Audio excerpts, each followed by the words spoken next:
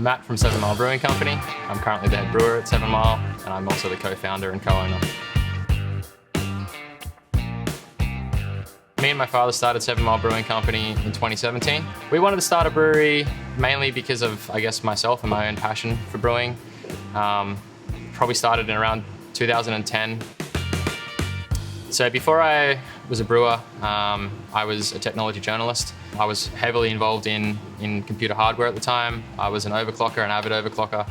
So I got sent to San Francisco a few times, LA a couple of times, with Intel, NVIDIA, Samsung, all those sorts of companies, and by chance stumbled upon amazing craft beer while I was there. I guess my craft beer epiphany happened with a Sierra Nevada Pale Ale, like for a lot of people. I was actually in LA or Anaheim on a business trip.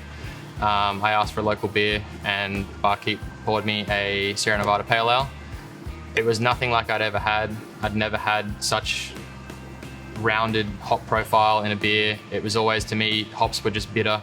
They didn't necessarily have the fruitiness, the fresh sort of citrus, zesty flavors that beer had. Coming back from that first experience, that's what I guess drove me into homebrewing and drove me into creating my own interpretations of that beer. Yeah, I was definitely a tech geek. I still am definitely a tech geek. But yeah, beer geek is definitely something I would say that I am. And it's definitely a common theme. There's a lot of people that came from a technology background, or at least a science background, but more specifically a tech background into beer. The reason I think people do that so much is beer is just as advanced and just as involved as pretty much anything you could imagine within computer science or physics or chemistry or anything, because it really involves recipe creation, shelf stability, logistics, you name it. You can never put too much attention into any one thing.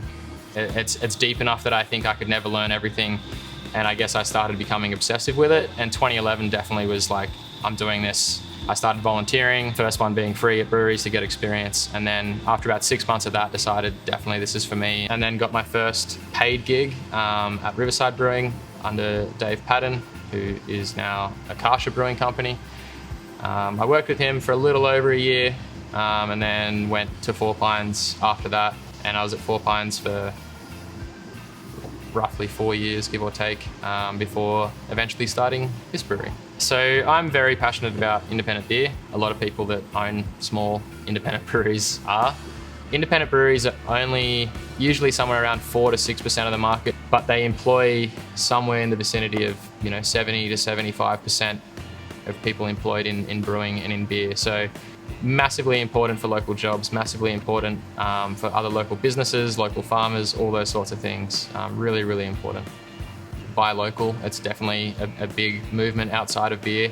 And I think for me, independent brewing just becomes a little bit of a part of that. It's how society always used to be. There used to always be, local butcher, baker, and candlestick maker. It was just one of those things that society always had. And to be honest, I think it's probably best that it returns to that. It keeps profit not only nationally, it doesn't just keep profits in Australia, it keeps profits within the communities. So it lets small towns and small regional areas keep their own mini economy going, keep money circulating locally rather than going offshore. So luckily, Australia produces a lot of fantastic products. The more that local and independent breweries grow, generally speaking, the better it is for local farmers.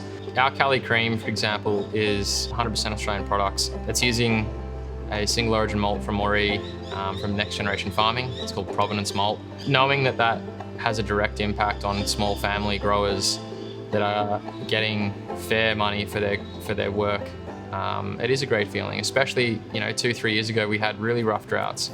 Some of those farmers potentially, if they were dealing with bigger distributors, bigger malting companies, if their grain wasn't necessarily up to spec, they just don't get paid for it. So they're expecting a certain price per kilo for malting grade barley, and if they don't achieve that, they're just shit out of luck. That being said, that obviously has its risks for us going with single origin malting. If they have a bad year, obviously we're the ones buying it. For me though, I guess it's that Aussie spirit of mateship and helping each other out. Through a bad year, we're still there, we're still gonna buy it. through bumpy years. They had a great growth this year, so especially out at Moree, where we buy a lot of our grain from, they had a bumpy year. Fantastic. Hats off to them. So I guess more than anything, it's through thick and thin we're going to be there and we're going to buy it, whereas a lot of those larger companies aren't necessarily going to, I guess, have that loyalty to those families and to those communities. We've always had a fairly simple philosophy: craft the best beer possible, no compromises. 7 Mile comes from 7 Mile Beach, which is, for us at least locally, that's Lennox Head. So the reason that we have, I guess you'd say, American-themed beers for a fiercely local company, I guess comes back to my origin story with that. I was obsessive and am obsessive with American craft beer. In my opinion, the US has, I guess, at least the foundation of the most exciting beer in the world.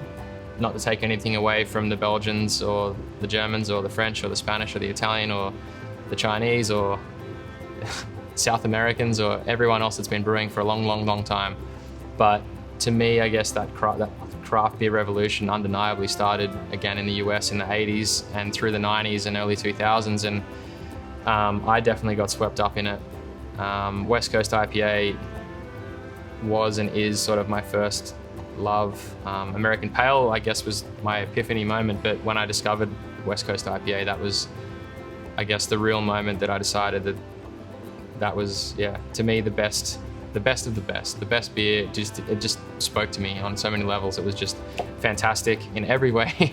Of course, I'd hope that craft continues to grow, or independent, more specifically, continues to grow. It just ties into that whole live and support and buy local. I truly do believe that suburbs, towns, regional hubs should all basically have their own local brewery. It's only going to create more jobs. It's only going to create better drinking culture in Australia, bring communities together, find, I guess, commonalities between each other and with each other, and it's only positive.